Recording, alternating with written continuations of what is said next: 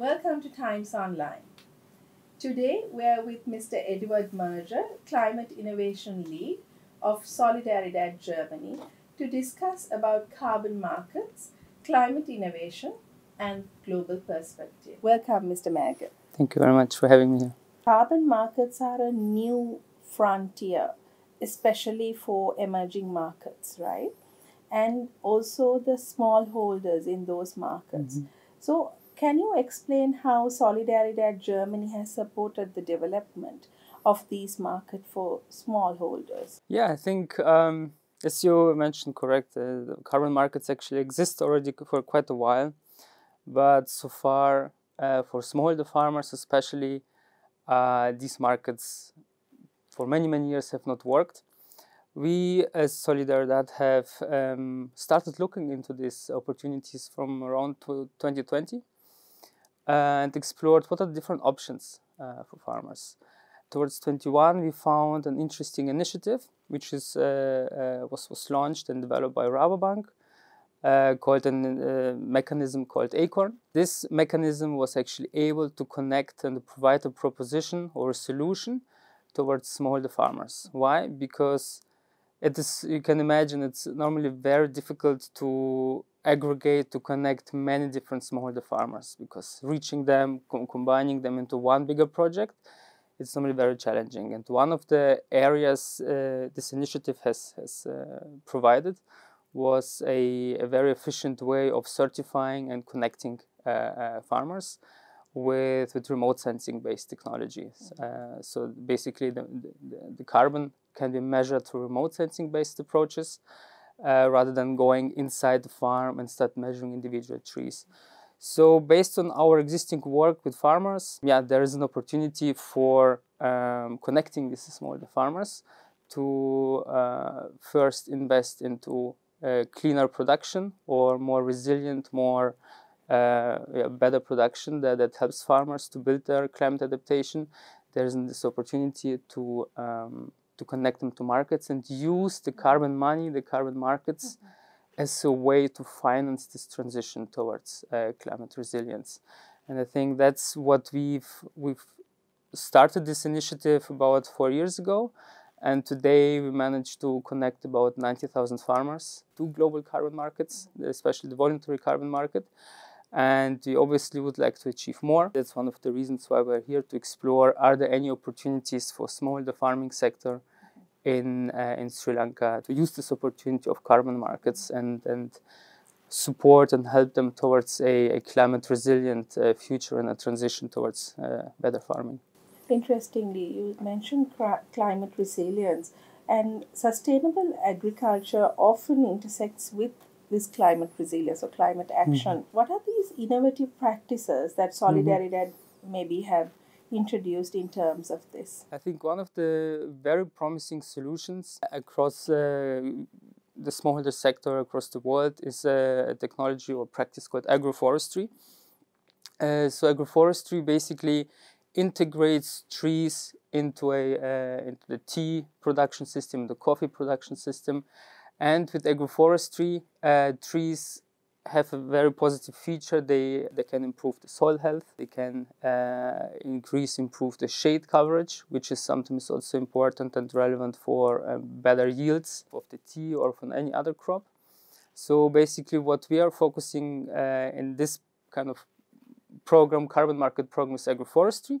But there are also other different mechanisms and practices. I can also elaborate on this one. For example, biochar is an interesting technology, and other soil management practices. Could you please let me know what the main factors that make agroforestry a viable solution or innovation for smallholders? Well, the major innovation of agroforestry is that you actually combine not only one production system, you diversify the production. Because trees, if you integrate fruit trees, for example, they can be an additional source of food for farmers. Not only the cash crop like tea that you can sell in the market, but also fruits if you integrate them. Or pepper, for example, it's another example where there's diversity.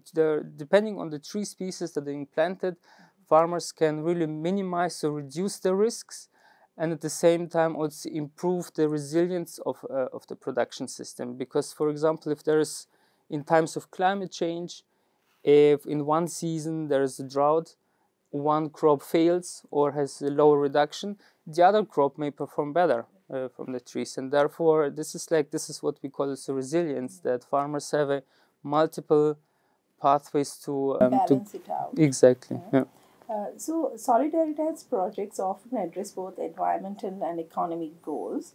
And how do you ensure that carbon sequestration and biodiversity enhancement initiatives deliver these measurables into this industry? One of the innovations and one of the major reasons why I started engaging with this partnership or with this marketplace was the requirement that 70 to 80% has to go to the farmers. So all the carbon sales that are being made are going towards farmers. This is a really requirement. And for us, Solidaridad, that is really a very, very critical point to ensure that the maximum value that's being created goes to farmers. There are many other carbon initiatives, and now in a hyped, very active market where there are many players entering the market, we see that this benefit sharing, there's always a huge risk that farmers are not getting a fair share of the deal.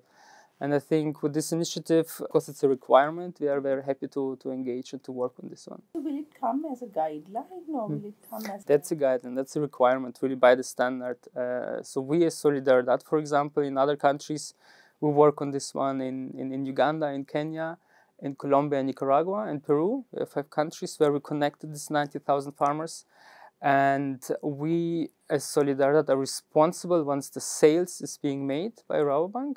We are the one responsible to channel this 80% of the value back to farmers. Sri Lanka is at a critical discussion or a juncture in its climate action, and we are now talking about it after a long time. Could you provide some lessons from your Solidaridad's global projects that you can maybe share with us to scale climate innovations in our economy? It's not as easy because everybody talks about carbon markets, but really bringing it into action is quite a challenge, because normally I think that the biggest challenge is always the pre-financing, because if you adopt the practice we discussed, agroforestry, it normally takes about 3 years after planting a tree. When the tree grows, the carbon is sequestered, is captured, and only then you have the chance to monetize it. So basically farmers need to wait about 3 years. When they start planting today, it takes them 3 years to really get the value out of carbon and also of the other crops. So this has a very, let's say, a challenging dynamic of the agroforestry system to really implement such projects. So that requires a lot of awareness raising. It requires a lot of training, because many farmers also don't have sufficient experience on integrating different tree species and then the management systems behind it in their existing farming practices. So I think a very strong training is one of the key areas combined with access to finance and knowledge, understanding of the system are probably the most important elements of making it really work. You also met some stakeholders in this space in Sri Lanka. What came out of your meetings? Well, yeah, we're actually going to meet them, so we haven't met yet. What kind of focus areas will you be having? What will you be seeking when you meet them? Well, what is important for us is creating this common understanding about the opportunity. So one, the practice, so agroforestry as a solution, as a climate resilient, climate adaptation solution.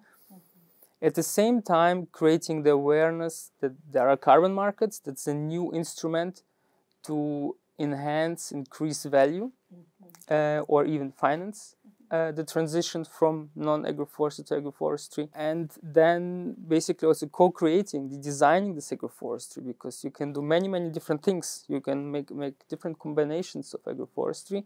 And what we would like to do with the different local stakeholders is co-designing together with them an approach that really works for them. Because me as an expert, I'm not able to tell people what kind of agroforestry system they can design. They know much better than us. No? But what I can do and what I can help is to see how can we make the market linkage to the current markets? How can we use this as an opportunity to support farmers to do this transition? When you speak of carbon markets, you can also do carbon trading, I suppose, isn't it? No, with Solidaridad, we normally don't do the trading. We rely, in this specific case, and the different countries we operate, we partner with Rabobank or the Acorn model, and they are actually responsible for the sales. We rely on their market channels and their networks, and then we basically act on behalf of farmers to transition, to transfer the funding towards farmers. Yeah. Thank you very much for that enlightening discussion, Mr. Mager, and I hope you achieve what you came here for. Thank you very much for joining us. Thank you very much.